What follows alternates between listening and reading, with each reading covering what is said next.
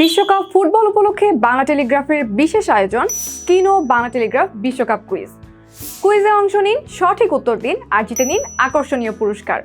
আজকের প্রশ্ন, সবচেয়ে বেশিবার বিশ্বকাপ ফাইনাল খেলেছে কোন দেশ?